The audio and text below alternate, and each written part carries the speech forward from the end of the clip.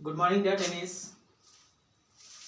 Hello dear tennis, good morning. Back the next video. आप सभी का हमारे चैनल पे स्वागत करते हैं। चलिए आज हम देखेंगे छत्तीसगढ़ में विज्ञापन जारी हो चुका है सहायक शिक्षा भर्ती। तो सहायक शिक्षा भर्ती के सिलेबस को अब हम कवर करेंगे हमारे यूट्यूब चैनल के माध्यम से। तो सर्वप्रथम हम देखेंगे विज्ञान संकाय को, फिर देखेंगे भौतिकी को, फिर देखेंगे केमिस्ट्री को।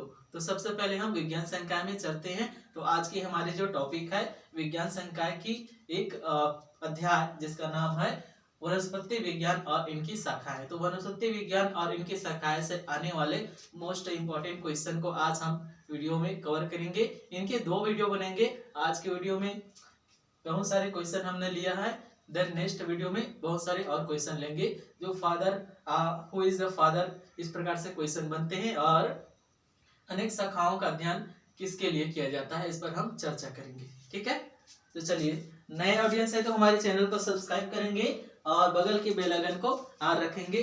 साथ ही वे स्टूडेंट जो फॉर्म अप्लाई कर चुके हैं उसे प्रयोगशाला सहायक भर्ती 2024 की ओर से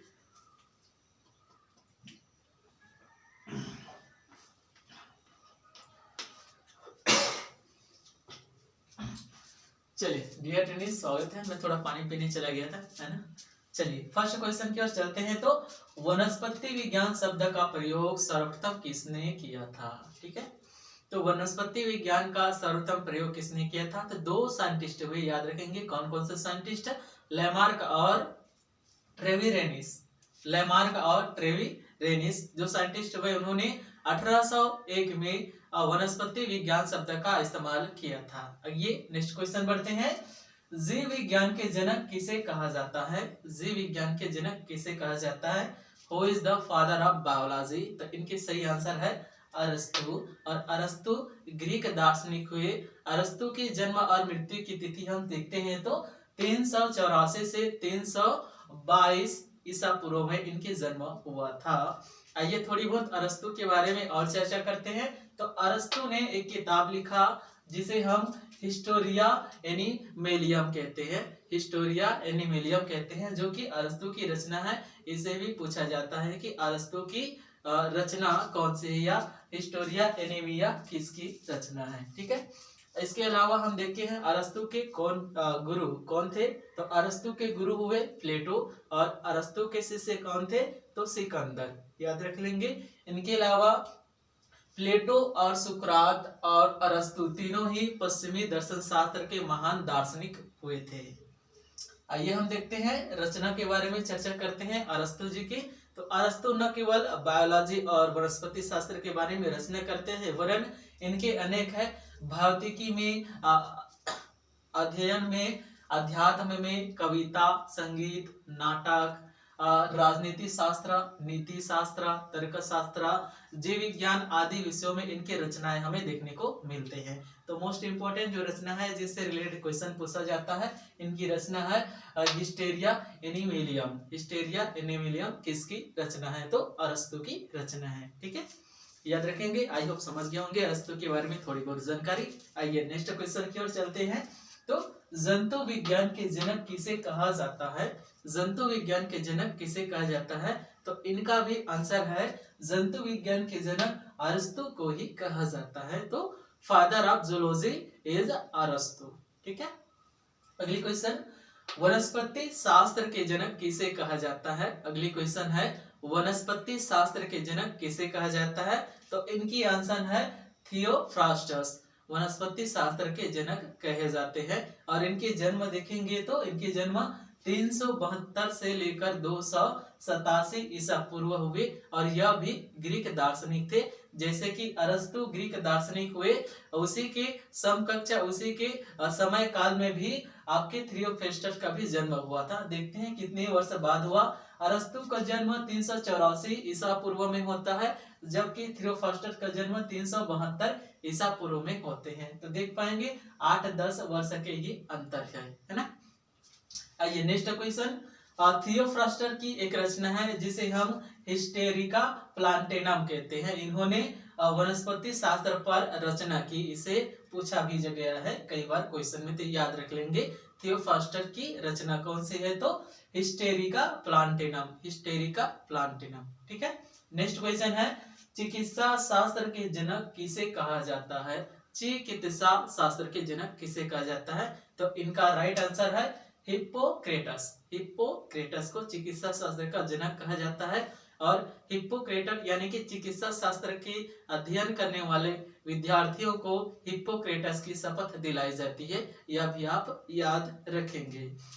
चिकित्सा शास्त्र में अस्वस्थ मनुष्य को किस प्रकार से स्वस्थ किए जाए के तरीके और विधियों की अध्ययन हम करते हैं। आइए हम चलते हैं, आप शाखाओं की ओर बढ़ेंगे। विज्ञान की अनेक शाखाएं हैं जिसमें अनेक विषयों पर चर्चा होती है, अध्ययन होती है। तो सबसे पहले क्वेश्चन है, फाइकोलॉजी में किसका अध्ययन किया जाता है? फाइकोलॉजी एक विज्ञान की शाखा है जिसके अंदर किसका अध्ययन किया जाता है? तो इसका सही आंसर है वनस्पति विज्ञान की एक शाखा है जिसके अंदर हम शैवालों का अध्ययन करते हैं। ठीक है।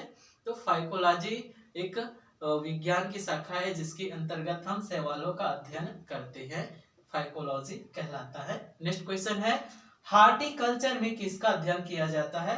तो हार्टिकल्चर वनस्पति विज्ञान की एक शाखा है। चलिए इनकी परिभाषा देखते हैं। तो वनस्पति संवर्धन का अध्ययन, तो विज्ञान की वह शाखा जिसके अंतर्गत हम वनस्पति संवर्धन का अध्ययन करते हैं, हार्टिकल्चर कहलाता है। क्लियर है।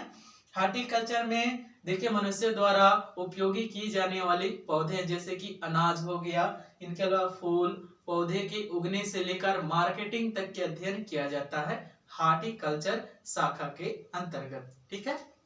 आइए अब हम नेक्स्ट क्वेश्चन की ओर चलते हैं। तो हार्टिकल्चर के देन जस्ट बाद आता है, फ्लोरिकल्चर में किसका अध्ययन किया जाता है? फ्लोरिकल्चर में किसका अध्ययन किया जाता है?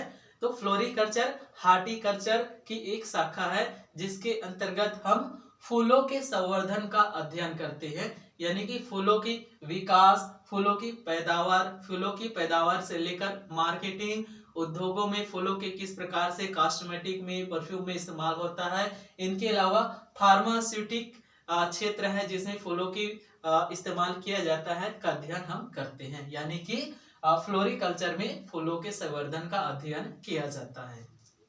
नेक्स्ट क्वेश्चन है, डेंड्रोलॉजी में किसका अध्ययन किया जाता है? तो डेंड्रोलॉजी भी वनस्पति विज्ञान की शाखा है। इसके अंतर्गत हम वृक्षों और झाड़ियों का अध्ययन करते हैं। तो विज्ञान की वह शाखा जिसके अंतर्गत वृक्ष और झाड़ियों का अध्ययन किया जाता है डेंड्रोलॉजी कहलाता है, याद रख लेंगे। नेक्स्ट क्वेश्चन है, एंथोलॉजी में किसका अध्ययन किया जाता है? तो एंथोलॉजी तो विज्ञान की वह शाखा जिसके अंतर्गत पुष्पों का अध्ययन किया जाता है, एंथोलॉजी कहलाता है। पुष्पों का अध्ययन किया जाता है, एंथोलॉजी कहलाता है। ठीक है। नेक्स्ट क्वेश्चन है, सिल्वीकल्चर में किसका अध्ययन किया जाता है? सिल्वीकल्चर में किसका अध्ययन किया जाता है? तो विज्ञान की वह शाखा जिसके अंतर्गत वनों के विकास का अध्ययन किया जाता है, सिल्वीकल्चर कहलाता है। तो वनों के विकास को हम किस प्रकार से अध्ययन करते हैं? तो वनारोपण के माध्यम से। आप देखते हैं वृक्षों का आप वनारोपण करते हैं कि नए नए वृक्ष लगाते हैं। जैसे वृक्ष लगाते हैं तो वृक्षों की अनेक प्रकार की संरचनाएं आप देखते हैं। संरचना के उपरांत आप वृक्ष जैसे लगाते हैं तो अनेक प्रकार के रोग हो जाते हैं, तो उनके स्वास्थ्य से संबंधित अध्ययन करते हैं। इनके अलावा आप वृक्षों की गुणवत्ता देखते हैं, कई अलग अलग प्रकार की गुणवत्ता लिए वृक्ष होते हैं। तो वनों की अध्ययन किसमें की जाती है? सिल्वीकल्चर में की जाती है। तो आई होप आप इस वीडियो के माध्यम से अनेक क्वेश्चन के आंसर आपको मिला होगा जो कि कई बार एग्जाम्स में पूछे जा चुके हैं, यानी कि रिपीटेशन क्वेश्चंस है। आई होप यह जानकारी आपको अच्छा लगा होगा। यदि जानकारी अच्छी लगी तो हमारे वीडियो को लाइक करें, साथ ही कमेंट करें।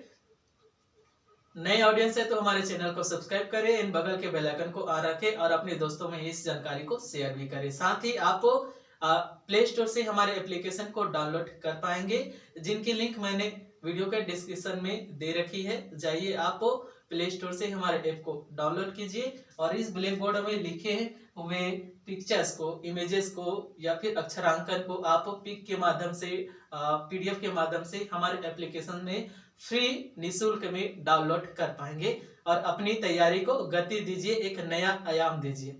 मिलते हैं नेक्स्ट वीडियो में इन्हीं की टॉपिक को लेकर। कुछ टॉपिक बच गए हैं तो एक वीडियो में इस वनस्पति विज्ञान और इनकी शाखाओं को हम कंप्लीट कर देंगे। बने रहिए हमारे साथ। धन्यवाद।